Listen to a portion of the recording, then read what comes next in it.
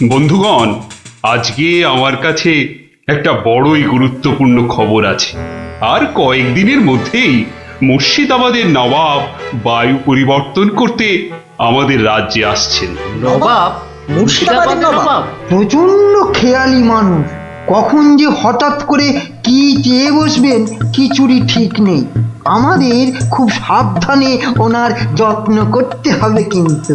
হ্যাঁ, তাছাড়া উনি রাজসভায় আসবেন না, রাজধানীর উত্তর দিকে যে বিশাল অরণ্য আছে তার পাশে ছাউনি ফেলবেন, আর শিকারও করবেন। নবাবের আরাম বিরামের যাতে কোনো ত্রুটি না হয় সেজন্য আমরা সবাই সজাগ থাকব। আমি নিজে সব ব্যবস্থার তদারকি করব। আমোদ প্রমোদ, ভালো ভালো খাবার, সব কিছুর ব্যবস্থা রাখতে হবে। মহারাজ, খাবারের কথাই যখন উঠলো তখন একটা কথা জিজ্ঞাসা না করে পারছি না। ওহ, আবার কি কথা? বলে ফেলো, বলে ফেলো। মহারাজ, নবাব সাধারণত গোমাংসই খুবই পছন্দ করেন, কিন্তু এটা তো হিন্দু রাজ্য, এখানে গোমাংস তো পাওয়াও যাবে না। কিন্তু নবাব যদি জেদ ধরেন। খুবই গুরুত্বপূর্ণ প্রশ্ন করেছো মন্ত্রী।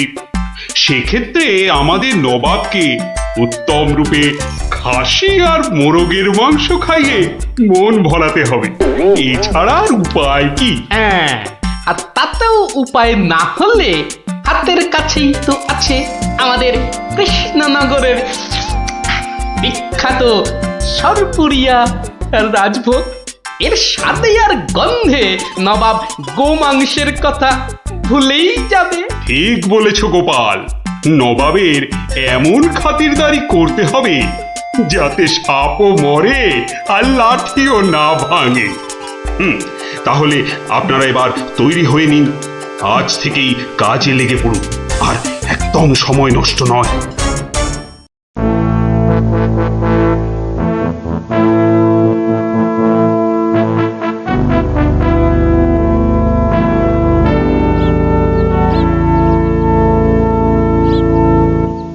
বাহ, বহুত খুব,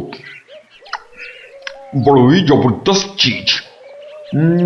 কি নাম বললেন এই খাবারের? আগে হুজুর, সরপুরিয়া আমাদের রাজ্যের একবারে সব থেকে জনপ্রিয় মিষ্টি। তা আমাদের বাবুর্চিকে শিখিয়ে দিলে সে এরকম জবরদস্ত জিনিস নিশ্চয়ই পাকাতে পারবে। নিশ্চয়ই নিশ্চয়ই জাহাপনা।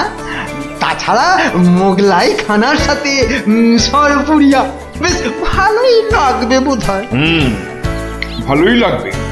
আর তার সাথে একটু মোগলাই গরম মশলা মেশালে স্বাদ আরো বেড়ে যাবে। মিষ্টিতে গরম মশলা বাবার জন্মেও শুনিনি। কিছু কি আপনি বলতে চাইছেন? না না না না না না, মানে আপনার ভাবনা খুবই ভালো হুজুর। আমাদের ময়রা আপনার বাবুর্চিকে সব শিখিয়ে দেবে। কি হলো, বাইরে এত গোলমাল কিসের? একবার দেখো তো। গেলুম বাবারে, মেরে ফেললে, দিয়ে দিলে রে। এ কি অবস্থা হয়েছে তোমার? কে এমন করলো? হুজুর ষাঁড়, ছাউনিতে ষাঁড় পড়েছে হুজুর, ষাঁড়। ষাঁড়? ষাঁড় এলো কোত্থেকে? কিচ্ছু বুঝতে পারছি না হুজুর, কোত্থেকে যেন এসে পড়েছে, পুরো শিবির একেবারে লন্ডভন্ড করে দিচ্ছে হুজুর। ওই যে শুনুন আবার ডাকছে। ব্যাপারটা একবার নিজের চোখে দেখতে হচ্ছে। এই তোমরা সব চলো তো, একবার দেখি। কোথায় কোথায় সেই বেয়াদব? আজকে আমি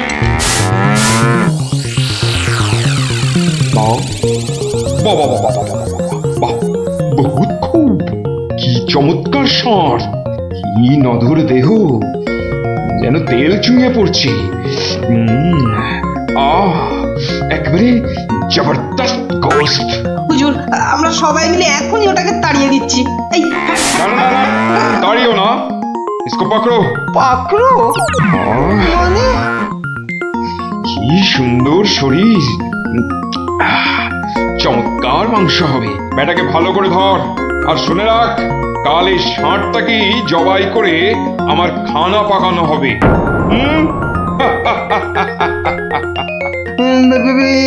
কান্নাকাটি করেছে।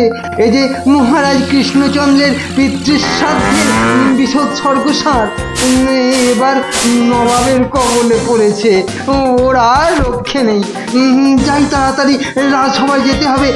খবরটা শুনলে মহারাজ নির্ঘাত মূর্ছা যাবেন। জাহাপনা, এবার আমাকে বিদায় দিন। রাজসভায় যেতে হবে, অনেক কাজ পড়ে আছে। হ্যাঁ, এবার আপনি আসুন। আর আগামীকাল আমি এখানে একটা বিরাট ভোজসভার আয়োজন করছি। কাল তাই আপনাদের মহারাজকে এখানে আসতে বলবেন। রাজাকে কাল আমি আদা দিয়ে ষাঁড়ের কোরমা খাওয়াবো, বুঝলেন? ঠিক আছে, সেলাম হুজুর। আদাব। আদাব আদাব। হ্যাঁ, আদা দিয়ে কোরমা হবে কাল।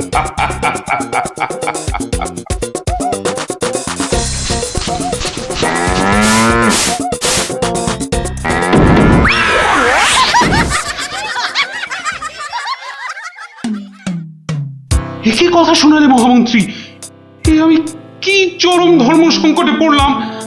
আমার পিতার শ্রাদ্ধে উৎসর্গ করে ষাঁড়টাকে ধর্মের নামে ছেড়ে দিয়েছিলাম। বৃষোৎসর্গের বৃষ মারা পড়লে যে আমার পিতৃপুরুষ নরকে যাবে। কিন্তু নবাবের হাত থেকে ওকে উদ্ধার করার উপায়ই বা কি? নবাব যাকে খেতে চাইছেন তাকে ছিনিয়ে আনার চেষ্টা মানে তো রাজদ্রোহ বই তো কিছু নয়। তাই তো। ওরে বাবা, সর্বনাশ হয়ে গেল, সর্বনাশ হয়ে গেল। হিন্দুর নগরে গো হত্যা হলো। আমার পিতৃপুরুষের নরকবাস হবে। কোনো উপায় নেই ঠেকাবার। যত সব বদমাইশ নবাব।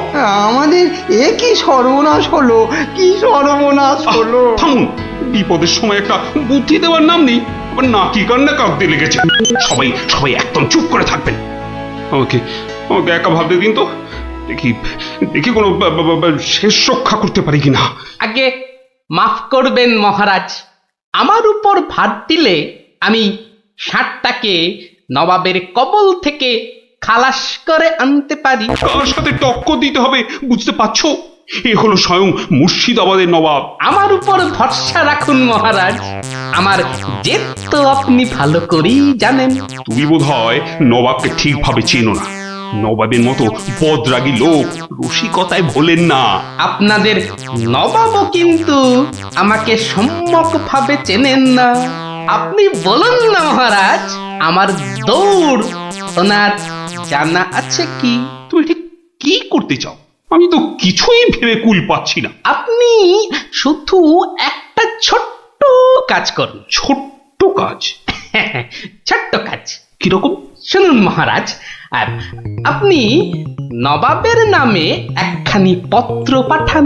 আমার কথা বলুন বলুন বলুন বলুন, আপনি আমাকে পাঠাচ্ছেন। তোমাকে পাঠাচ্ছি? কেন? কেন?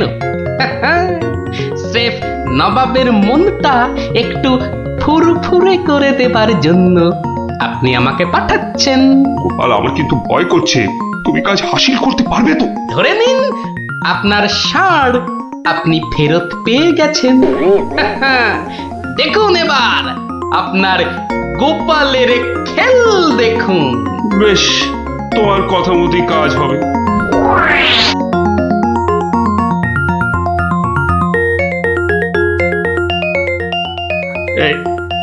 এই আমি চিঠি লিখে দিচ্ছি। প্রণাম মহারাজ, এই চললাম আমি ষাঁড় উদ্ধার অভিযানে।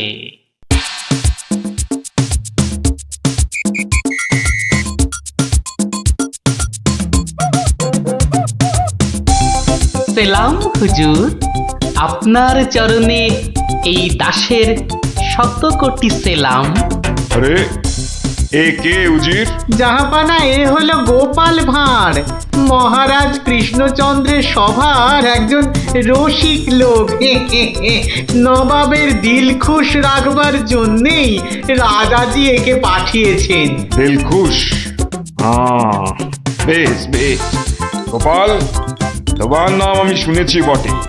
ঠিক আছে, তুমি আমার দিল খুশ করে দাও।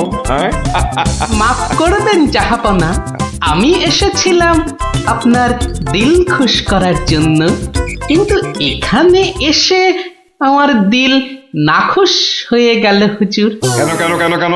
আমি একটা বিচ্ছিরি দৃশ্য দেখতে পেয়েছি এখানে। ইস, ছ্যা, ছ্যা, ছ্যা, ছ্যা, ছ্যা, ছ্যা, থু, থু, থু, থু, থু, থু।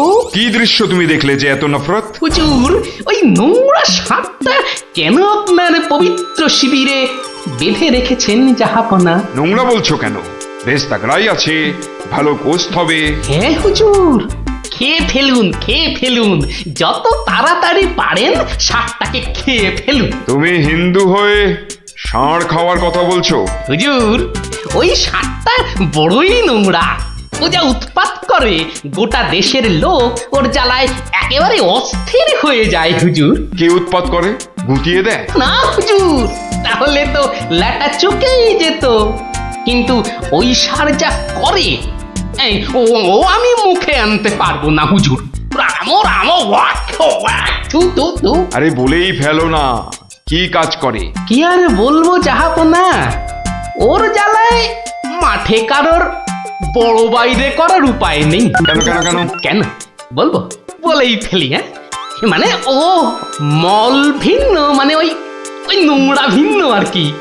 আর কিছুই খায় না, মানে ওই গু খেকো সাপ। মুখে কোষাঁড়? হুজুর, সাপটা ওই গুয়ের লোভেই মাঠে মাঠে ঘোরে। কোনো লোককে মাঠে বসতে দেখলেই হলো তাকে গুটিয়ে একেবারে তুলে দিয়ে তুলে দিয়ে? তার ময়লাটা খেয়ে ফেলে। ছি ছি ছি, ছ্যা, ছ্যা, ছ্যা, ছ্যা, ছ্যা, ছ্যা। হ্যাঁ জাহাপনা, ওকে আপনি ওই যত তাড়াতাড়ি খেয়ে ফেলুন। হ্যাঁ, ওকে আপনি যত তাড়াতাড়ি খাবেন ততই আমাদের মঙ্গল। এই, দেশের লোক নিশ্চিন্ত হয়ে মাঠে বসুক। তবা তবা তবা তবা, এই ষাঁড়ের মাংস আমি খেতে চেয়েছিলাম। আপনি কি অসুস্থ বোধ করছেন জাহাপনা? না না না না না, মানে ঠিক আছে ঠিক আছে। এই এই এই ষাঁড়টাকে এক্ষুনি বিদায় কর। হুজুর, ষাঁড়টার শরীর স্বাস্থ্য ভালোই, বেশ এই উপাদেয় মাংস হতো হুজুর। না হয় একটু ওই মলি খায় আর কি। না না না না, ওকে দূর করো দূর করো। আর উজি, এক্ষুনি আমার মুর্শিদাবাদ ফেরার ব্যবস্থা করো, এক্ষুনি এক্ষুনি। জো হুকুম তবা। জাহাপানা। হুজুরের যেমন মরছি। আমি আসছি হুজুর, আদাব।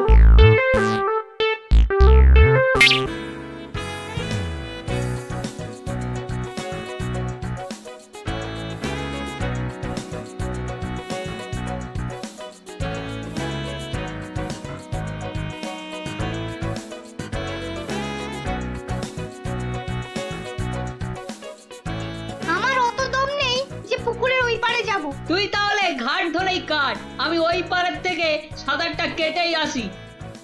গুলটে গুলটে, ওই দেখ পুঁটি আসছে। ভালোই হলো, পুটির সঙ্গে তাহলে সাঁতারের একটা রেস হয়ে যাবে। না রে, সঙ্গে ওর ভাই দুটো আছে। তাতে কি? ওর ভাই দুটোকে তো চিনিস না, ঠিক বাড়িতে গিয়ে বলে দেবে পুঁটি পুকুরের ওই পারে গেছে। ওর ভাই দুটোকে একদিন এমন টাইট দেবো না। কি রে, কাকে টাইট দিবি? ওর মাথার স্ক্রু গুলো রে। দিদি, গুলটে দাদার সঙ্গে সাঁতারে রেস দিবি না কিন্তু। দিলে কিন্তু বাবাকে বলে দেবো। এই, তোরা ওকে ভয় দেখাচ্ছিস নাকি? আহ, থাম তো তোরা। কি পুকুরের মাঝখানে একটা কি ভেসে আছে না? ঢিল ছুড়বো? ছড়া ছড়া। একটু দে, ও তো গোপাল দাদু। হ্যাঁ রে, একটু দম বাড়ানোর ব্যায়াম করছিলাম। গোপাল দাদুকে যখন পেয়েছি তখন আর গল্প না শুনে চান করছি না। হ্যাঁ হ্যাঁ। হ্যাঁ, ভেজা গায়ে গল্প শোনাতে বসে সর্দি লাগাই আর কি। তাহলে কখন শোনাবে? বিকেলে বিকেলে। বিকেলে গল্প, বিকেলে গল্প। দারুণ মজা হবে।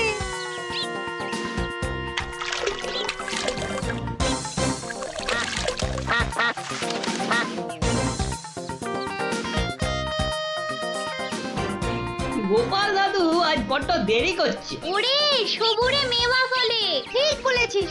আচ্ছা পুটি, তুই বইয়ের ওই প্রবাদ বাক্যের জায়গাটা খুব ভালো করে পড়েছিস না রে? আবার শুরু করলি তো, সব সময় পড়া পড়া। ওই তো গোপাল দাদু। দাদু, আমরা তোমার জন্য কখন থেকে বসে আছি। বসে বসে কুমোর ধরে গেল। চল চল চল, আর দেরি না করে শুরু করি তাহলে গল্প।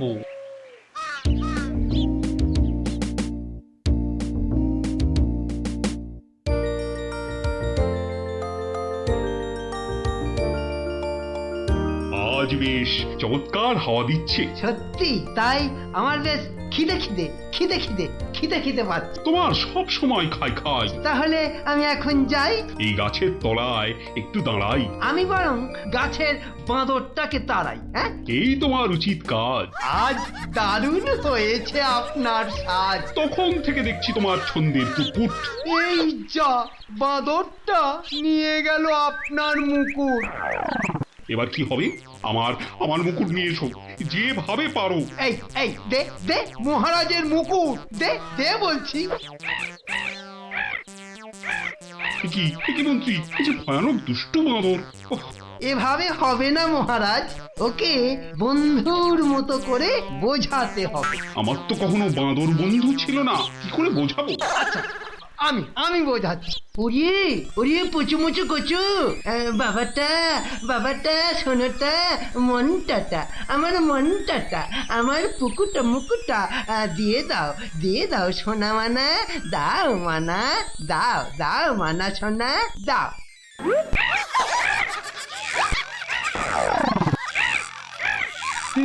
এই যে তোমাকে ভেঙাচ্ছে মন্ত্রী। তাই তো মনে হচ্ছে। তবে রে, এবার ঢিল ছুরি, হ্যাঁ ছুরি। এ কি বাচ্চাদের ঢিলে ছোড়াছুড়ি হচ্ছে মন্ত্রী? যেভাবে হোক আমার মুকুট এনে দাও। আর কেউ এখানে এসে পড়ার আগে। কি মুশকিলে পড়লাম, এবারে কেউ এসে না পড়ে। মন্ত্রী, গোপাল না ওটা?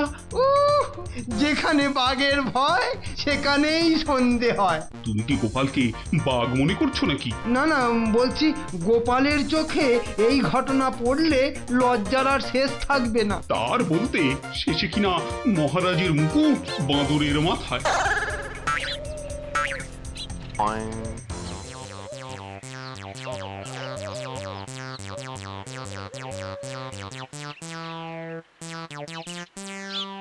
এ কি মহারাজ, লুকোচ্ছেন কেন? আহা, মন্ত্রী মশাই, আপনি আবার গাছে উঠছেন কেন? কি হয়েছে? ওহো, এই কাণ্ড। এতে লজ্জার কি আছে মহারাজ? যতই হোক বাঁদরটাই হচ্ছে মানুষের পূর্বপুরুষ। এত বকবক না করে বাঁদরটার মাথা থেকে মুকুটটা নিয়ে এসো দেখি। সে তো আনবই মহারাজ, তবে আপনার মতো গাছে উঠে নয়।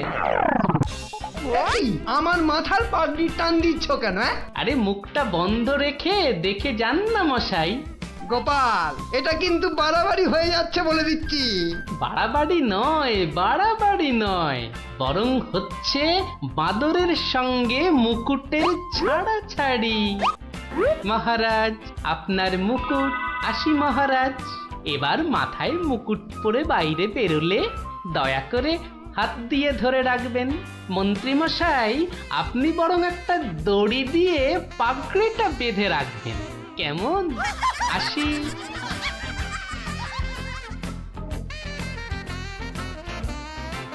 কিভাবে গোপাল বলল দেখলেন মহারাজ? শুধু দেখিনি মন্ত্রী, শুনেওছি।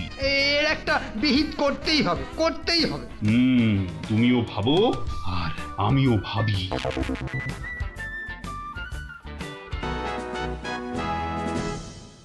আমি ভাবছি একটা কথা। কি কথা মহারাজ? আচ্ছা, গোপাল এখনো আসেনি তো? না মহারাজ। তাহলে বলি শোনো, একটা দারুণ বুদ্ধি মাথায় এসেছে। বলে ফেলুন মহারাজ। বলবো তো বটে, তো ভাবছি। আবার কি ভাবছেন মহারাজ?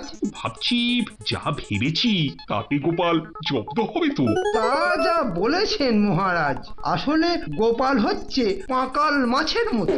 এই ধরবেন ও দেখবেন সুরুত করে পিছলে বেরিয়ে গেছে। তাই ভাবছি, মানে শেষ রক্ষা হবে তো? আবার ভাবছেন মহারাজ? না না, অনেক অনেক ভেবেছি, আর একদম ভাববো না। তাহলে মহারাজ যা ফোন দিয়ে এঁটেছেন সেটা কি করবেন? তোমার উপর প্রয়োগ করে দেখাবো যত সব। আগে গোপালকে আসতে দাও, তারপর আস্তে আস্তে সইয়ে সইয়ে ওকে আমি জব্দ করব। ও হো হো হো, গোপালের কথা ভেবে না আমার এখনই দারুণ আনন্দ হচ্ছে। কি নিয়ে মহারাজ মন্ত্রীর কানে গুজুর গুজুর করছেন? দেখতে হচ্ছে।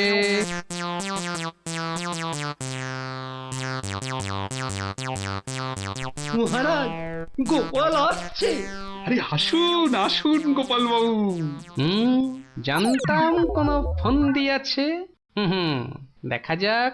একি মহারাজ, আমার মতো অধমকে কি বাবু বলাটা ঠিক হলো মহারাজ? বুদ্ধিতে তুমি শ্রেষ্ঠ, তাই তোমাকে বাবু না বললে অপমান করা হয় নাকি? গোপালের মান তার আবার অপমান, ঢং। মহারাজ, এই ছোট্ট একটা বলের মতো মানুষের যখন মানই নেই, তখন আবার অপমানের কথা আসছে কেন? ইস, তোমার যখন পছন্দ নয় তখন তোমাকে গোপাল বাবু বলবো না, কিন্তু তাহলে কি বলবো? কেন মহারাজ? ও তো আমাদের শুধু গোপাল নয়, একেবারে নাড়ু গোপাল। বাবা বাবা মন্ত্রী, এই এতক্ষণে একটা ঠিকঠাক কথা বলেছ। নাড়ু গোপাল, তা বাবা নাড়ু গোপাল, কাল রাতে একটা স্বপ্ন দেখেছি, আর সেই থেকে আমার ভাবনার আর শেষ নেই। কেটে গেছে তো কালকের রাত, স্বপ্ন তাহলে আপনার নষ্ট ভাত। স্বপ্নটা যে মনের কোণায় বারবার উঁকি মারছি। তাহলে মনের কোণের দরজাটা বন্ধ করে দিন। বলছো বটে, কিন্তু তোমায় যে না বলে স্বস্তি পাচ্ছি না। তবে ঝেড়ে কাশুন মহারাজ। মহারাজের সর্দি হয়েছে নাকি যে ঝেড়ে কাশতে বলছো? হ্যাঁ? মানে ওই স্বপ্নটাকে আর উঁকি মারতে না দিয়ে পুরোপুরি বাইরে আসতে বলুন। ও হরি, এই ছিল মনে। ও, তুমি তাহলে আমার স্বপ্নটা কি তা জানতে চাইছো? ভেবে দেখো গোপাল, স্বপ্ন শুনে যদি সবাই হাসে তাহলে কিন্তু লজ্জা পেতে পারবে না। আমার নাম গোপাল, লজ্জা করার আছে কি আমার কপাল? শুরু করুন মহারাজ, শুরু করুন। স্বপ্নটা হলো একটুখানি মহারাজ। কি হলো? কিছু না মহারাজ, আসলে এটা তো স্বপ্ন, তাই চোখ খুলে শুনলে ঠিক বুঝতে পারবো না। তাহলে কি করে শুনবে? হ্যাঁ? তাই আমি চোখ বুজে আরাম করে শুয়ে মহারাজ। তাহলে শুয়ে পড়ো। যতই হোক আপনি স্বপ্ন দেখেছেন পালঙ্কে শুয়ে, তাই বলছি ওই নিদেন পক্ষে অন্তত একটা খাটে যদি পেতাম। যত সব। এই, কে আছো? একটা খাট নিয়ে এসো।